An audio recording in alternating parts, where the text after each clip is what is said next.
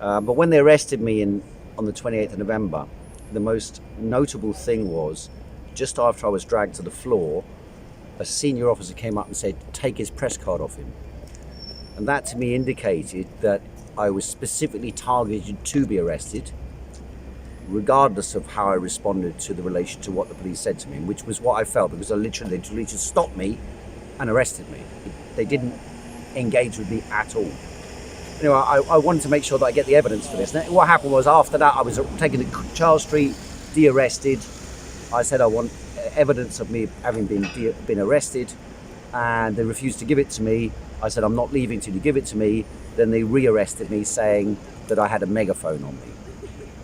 Then they took me to Wandsworth Police Station. At Wandsworth Police Station, the desk officer, well, they searched me again, and the desk officer said, we can't detain him under coronavirus legislation. And he was basically telling the police officer, "What are you doing bringing him here? You've been told you can't." And then the officer said, "Well, but I was told to," like that. So he was in between a rock and a hard place. And then the desk officer said to him, "Well, basically this is the way out." It says, "Search him again." So then they searched me again and discovered, after the third search, that I've got 1.5 tablets for sleep apnea, which I'd already explained I've got to the police officer when I was waiting in Charles Street. I said, "I have to sit down, I've got sleep apnea." He said, you got tablets for it?" I said, "I have, but I don't need to use them now. I just need to sit down." Anyway, so at the police station, they discovered these tablets. Then they said, "Take it to the nurse, see if she recognises it." So the police had no suspicion it was a controlled substance. I explained to them what it was, modafinil, and then the police, according to Crown prosecution regulations, are not allowed to do a test inside the police station on that. They have to send it for a forensic test. They're also not allowed to search in the first place unless they've got suspicion that you have got. So you can't search someone and say, "This is a suspect thing." You have to say, "We are searching you on suspicion of having a controlled substance," and then you can search someone. Any case, then they detained me because the intention was to detain me. It wasn't to charge me with a controlled substance. It was to detain me, find some reason to detain me, because that's what the officer had been told to do. Any case, then it's gone to court today, to the Crown Court, because at the magistrate court I pleaded not guilty. The prosecutor's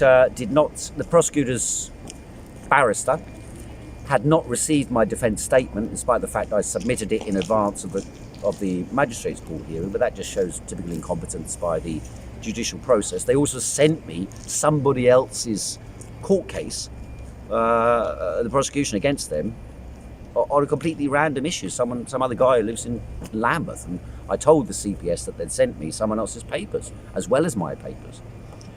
The judge today set the parameters for the process. So the first process is the prosecution have to present their case, which means they have to get a forensic test on the substance, which will show that it is not amphetamine as they claimed.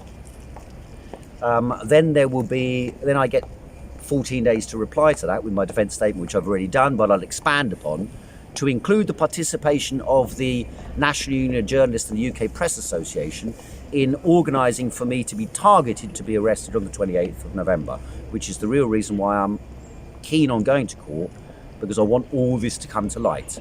And the way this can come to light is by getting the footage of the police, which has the audio of the police officer saying, "Take his press card off him," because I had no press card on display.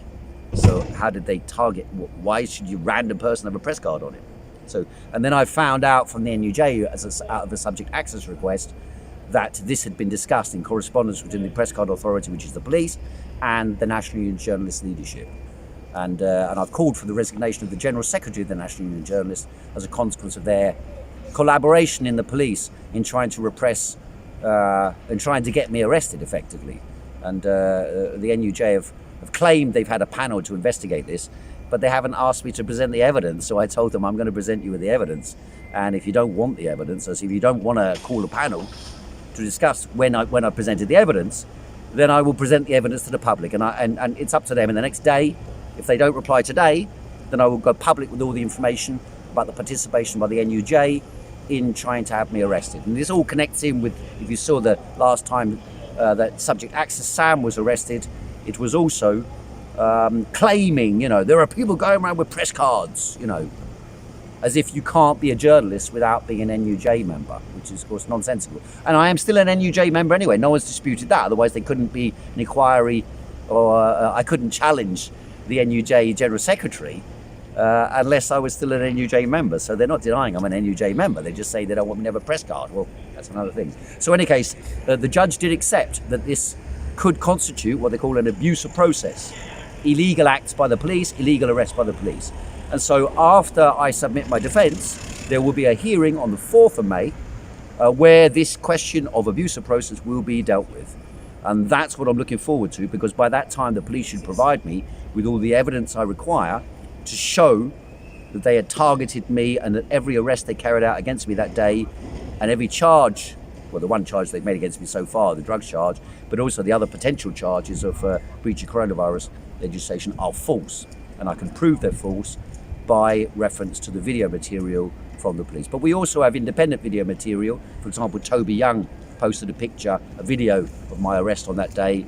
And there's another video which actually has the police officer saying, take his press card off him. So, we have the evidence already, but I can get much more extensive evidence showing that every single arrest that day, 3 arrests, all of them were illegal, all of them were abuse of process. And that's what I intend to use this court case to prove. That's it.